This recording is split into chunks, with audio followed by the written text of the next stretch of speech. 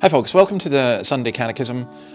We're on the fifth commandment. We're at question 64 and we're now broadening it out from honouring just your father and mother to talking about a much wider perspective, which I think is valid and I think is very necessary in our culture.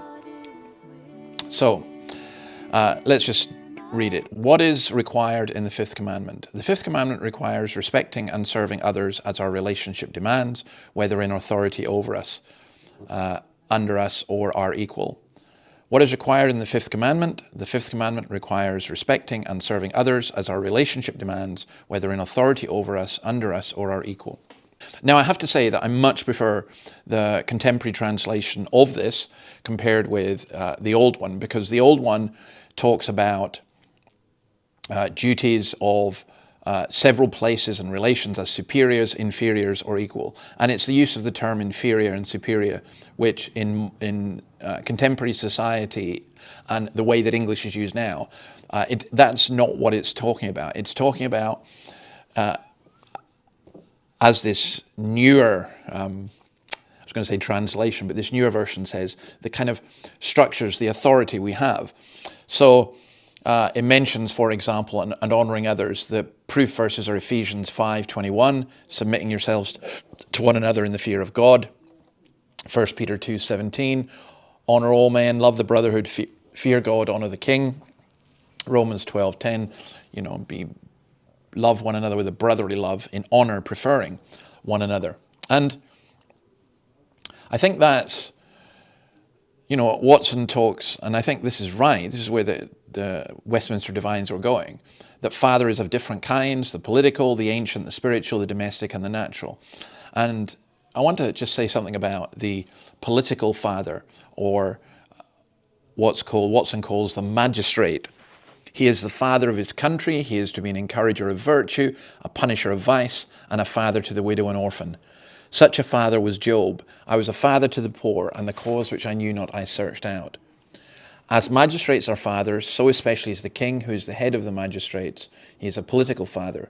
He is placed among the sun as the lesser stars. The scripture calls kings fathers. Kings shall be your nursing fathers, Isaiah 49:23. Now, Romans tells us that political leaders are also servants of God. And here is where I think we are really, really missing something. I think it is incumbent upon those who are political leaders in our society to acknowledge God. You can't make people believe in God, and you can't impose, if you like, a Christian society. But those who are leaders in the society should see their role as being a representative or a servant of God, being a father to the weak, and so on. And I think that we need, how will I put it, a return to an understanding of what authority is, that there is an authority, and not just an authority that's imposed by fear. I recognize the policeman has an authority. I recognize the doctor has an authority. I recognize the politician has an authority. But that authority must come under God. So when it says respect and serve others as our relationship demands, that works in every way. Those who are under my authority, I'm a pastor of a church, for example. I have children, for example. Maybe there are other people who you're kind of equal with in that authority relationships. And then there are others who are in authority over me. And I think we need to recognize all of that. It's not about people being superior or inferior. It's about people having different roles within society.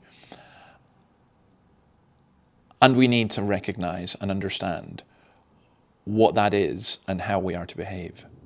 So I'll leave it there. God bless you, and see you again next Sunday. Bye.